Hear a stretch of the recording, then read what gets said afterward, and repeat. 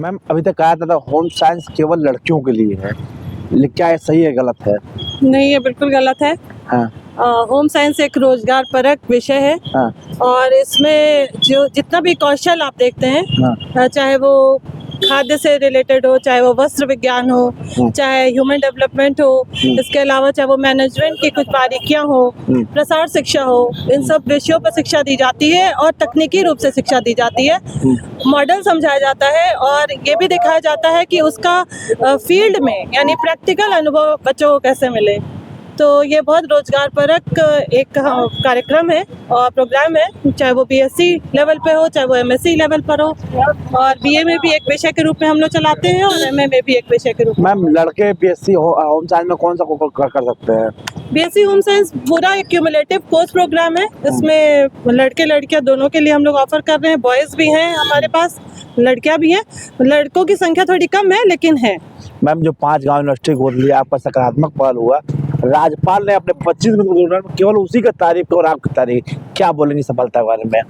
चूँकि राज्यपाल महोदया एक बहुत दूरदर्शी और महिलाओं का विषय उनका बहुत अति प्रिय विषय है, स्पेशली जहाँ पर महिलाओं की कुछ समस्याओं की बात आती है, बच्चों की समस्याओं की बात आती है और ग्रामीण परिक्षेत्र में जो समस्याओं की बात आती है, तो आनंदीबेन पटेल जी जो हमारी महामहिम कुलाधिपति हैं, उनका ये शुरू से है कि किसी तरह विश्वविद्यालय जो है वो अपनी बातों को और अपने आप को कैसे ग्रामीण क्षेत्रों से जोड़े।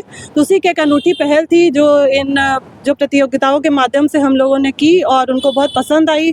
उन्होंने बच्चों की बहुत तारीफ़ की, उनको पारितोषिक दिया और इससे वो बहुत प्रसन्न हुई। तो इससे हमारा पूरा विश्वविद्यालय परिवार बहुत ज़्यादा खुशी और प्रसन्नता का अनुभव कर रहा है। मैम आपका डिपार्टमेंट भी जो है कर्मचारियों की समस्या की कमी से जूझ रहा है, कर्मचारी अध्यापक कम रिटायर होते गए, नए भर्ती नहीं हो रही है, क्या बोलेंगे इस मुद्दे पर? जी हाँ, बिल्कुल ये एक मुद्दा है और उसका हमारी कुलपति महोदय ने भी संज्ञान लिया हुआ है।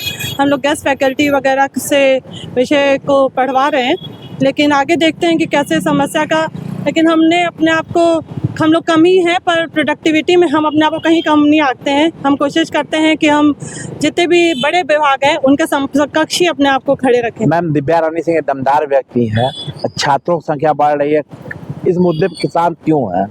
नहीं, मैं शांत नहीं हूँ। इसमें अशांति फैलाने जैसी कोई बात ही नहीं है। ये एक ऐसा मुद्दा है जो एक महाराज जी भी खाबा आप हैं, राज्यपाल भी आजकल पटरी खाती है, फिर कर्मचारियों की समस्या विद्यालय जूझ रहा है, अध्यापक कमी से जूझ रहा है, उसका निदान कब तक होगा? देखिए, हर एक चीज़ की एक व्यवस्था होती है, इस पर एक तरीका है जिसमें हम लोग वर्कलोड कैलकुलेट करते हैं। बताया गया है वर्कलोड के बारे में और ये भी बताया गया है कि कितनों की आवश्यकता है। उसको चीज़ों को देखते हुए वित्त सबसे बड़ी एक समस्या होती है और वित्त पे हमारी सरकार और हम लोगों को राज़ी होना चाहिए। जहाँ जैसे ही वो समस्या या वो जो रोड़ा है वो ख़त्म होता है तो वो लोग उसकी अनुमति दे देते हैं।